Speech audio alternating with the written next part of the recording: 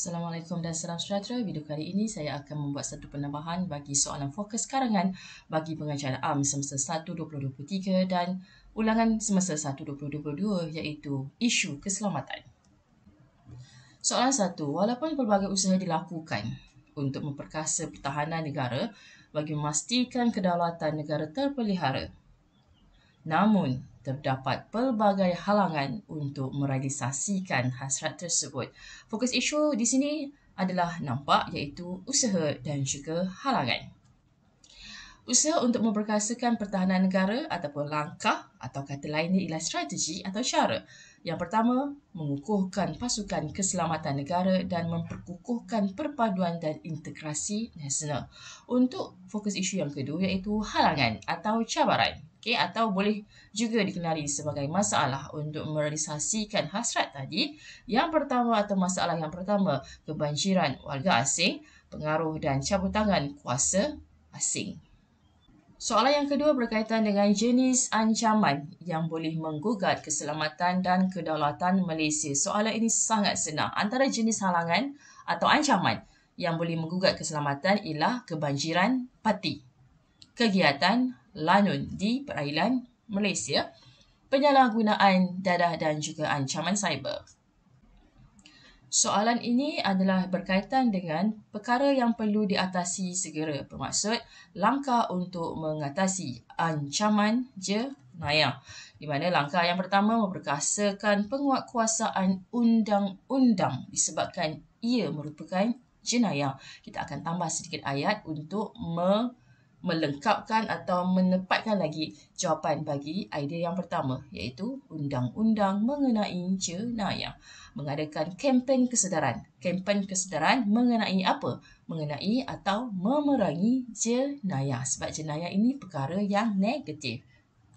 Seterusnya mempergiatkan penglibatan masyarakat setempat serta penggunaan teknologi dalam membendung jenayah. Soalan yang keempat berkaitan dengan faktor punca atau sebab berlakunya peningkatan jenayah.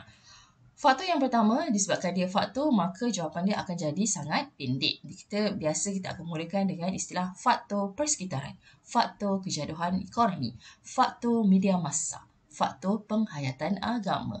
Sekiranya ia merupakan punca atau sebab, cara olahan penulisan idea ini akan menjadi sedikit berbeza.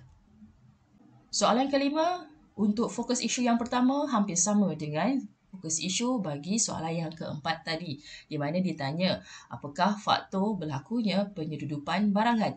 Penyeludupan barangan merupakan antara jenayah yang berlaku di negara ini. Serta fokus isu yang kedua diikuti dengan langkah untuk mengatasi masalah penyeludupan barangan tersebut.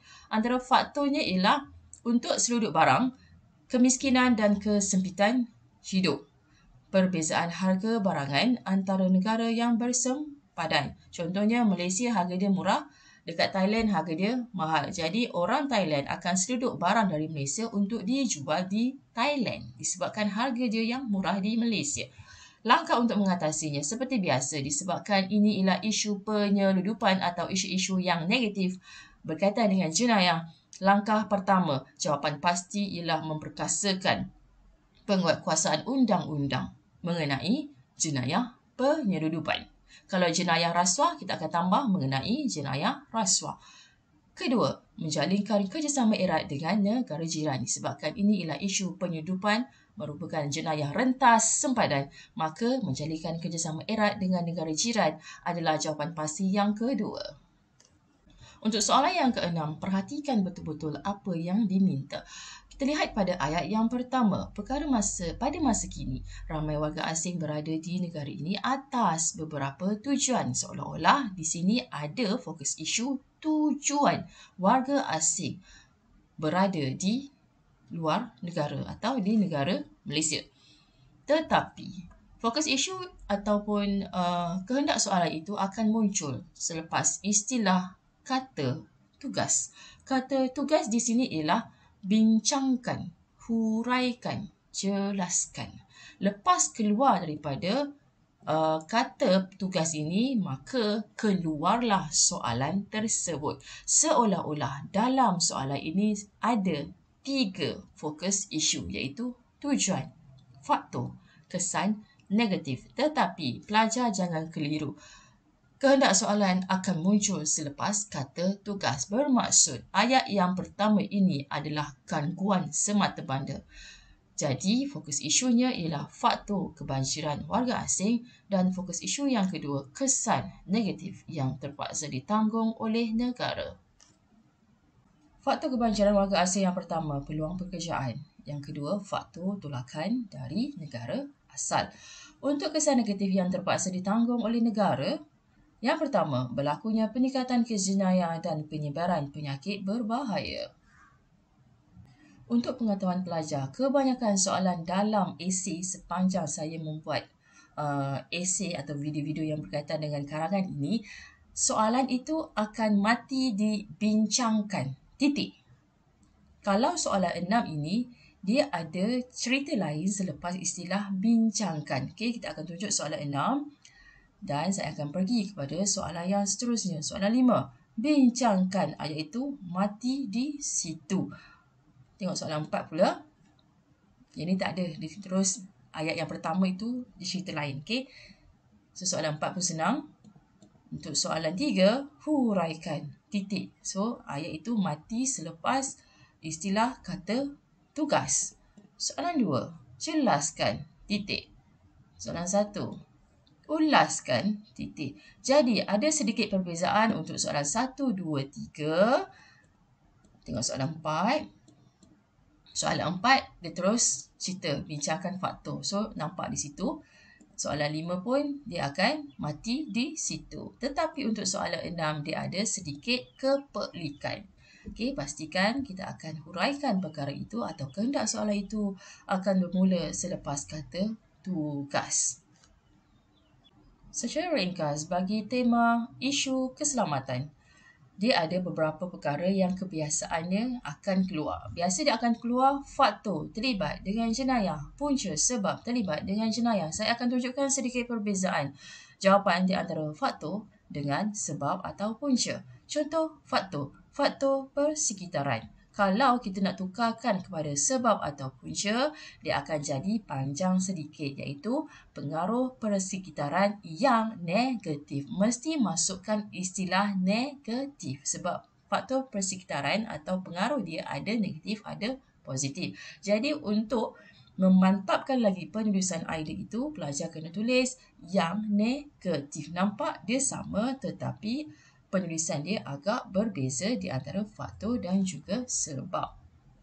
Kita lihat faktor yang kedua, faktor kejatuhan ekonomi. Bermaksud dia tiada punca pendapatan. Jadi di sini kita nampak sedikit perbezaan. Faktor media massa. Bila masuk kepada punca atau sebab, dia akan menjadi pengaruh media massa yang negatif. Sebab pengaruh media massa ada dua, satu baik, satu tak baik. Jadi, mesti tulis negatif. Faktor penghayatan agama. Jika menjadi punca atau sebab, kita akan tulis kurang penghayatan agama dan moral. Kebiasaannya, jika soalan itu fokus isu pertama ditanya faktor, dia akan diikuti dengan langkah, kaedah, strategi, cara atau pendekatan untuk mengurangkan jenayah tersebut. Disebabkan jenayah ini adalah isu yang negatif. Okey, isu yang negatif bermaksud dia ada dua jawapan pasti. Yang pertama, yang ini melibatkan jenayah dalam negara. Memperkasakan penguatkuasaan undang-undang mengenai jenayah. Kalau jenayah itu disebut pemerdagangan orang, jadi kita akan tambah memperkasakan penguatkuasaan undang-undang mengenai pemerdagangan orang. Kalau dadah pula mengenai penyalahgunaan dadah. Okay, itu jawapan yang paling cantik untuk ditulis sebagai idea. Kita kena sebut jenayah tersebut. Baru cantik. Jawapan pasti yang kedua, mengadakan kempen kesedaran memerangi jenayah apa-apa-apa. Okay, contoh tadi saya bagi pemerdagangan orang. Jadi, mengadakan kempen kesedaran memerangi jenayah pemerdagangan orang.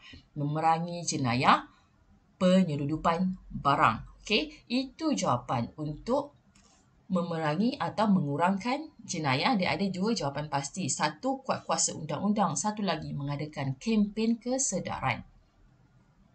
Jawapan yang ketiga, meningkatkan peranan pelbagai pihak. Pihak di sini boleh merujuk kepada kerajaan, media massa, masyarakat atau agensi penguatkuasa. Itu bagi jawapan langkah atau kaedah jenayah dalam negara. Ini ialah jawapan-jawapan pasti yang pelajar boleh bukan setakat hafal tetapi pelajar dah boleh faham dan hayati. Idea bagi langkah untuk mengurangkan jenayah. Langkah kaedah atau strategi untuk mengurangkan jenayah yang berlaku di luar negara atau juga dikenali sebagai jenayah rentas sempadan. Seperti biasa, ada dua jawapan pasti iaitu memperkasakan penguatkuasaan undang-undang mengenai jenayah, apa-apa-apalah, mengadakan kempen kesedaran memerangi jenayah, apa-apa-apa. So, sebutkan benda itu. Meningkatkan peranan pelbagai pihak, kerajaan, media massa, masyarakat, agensi penguatkuasa. Dia ada dua tambahan bagi jenayah rentas sempadan. Mengukuhkan kerjasama dengan negara luar, maksudnya negara-negara yang terlibat dengan jenayah tersebut, dan memperketatkan kawalan sempadan negara. So, di sini ada dua tambahan idea bagi jenayah rentas sempadan. Di sini saya tunjukkan contoh isu keselamatan ataupun jenayah yang berlaku di luar negara dan di dalam negara. Di luar negara juga dikenali sebagai jenayah rentas sempadan, iaitu ancaman cyber, parti atau warga asing, pelarian, pengedaran dadah, dadah. Lanun, pemerdagangan orang, pengubahan wang haram, golongan pelampau atau pemisah, penyeludupan. Jenayah dalam negara pula rogol, rompak atau samun, pembunuhan, rasuah, ragut dan penyalahgunaan dadah. Ada juga jenayah-jenayah di dalam negara ini berlaku di luar negara ataupun pelakunya ialah orang dari luar negara. Jadi ini menunjukkan, saya hanya menunjukkan mana-mana jenayah yang banyak berlaku di luar negara dan yang berlaku di dalam negara. Dia ada perbezaan dari sudut langkah untuk mengatasi jenayah-jenayah tersebut seperti yang telah pun diterangkan tadi. Sekian saja untuk kali ini. Kita jumpa lagi untuk video yang seterusnya. Terima kasih.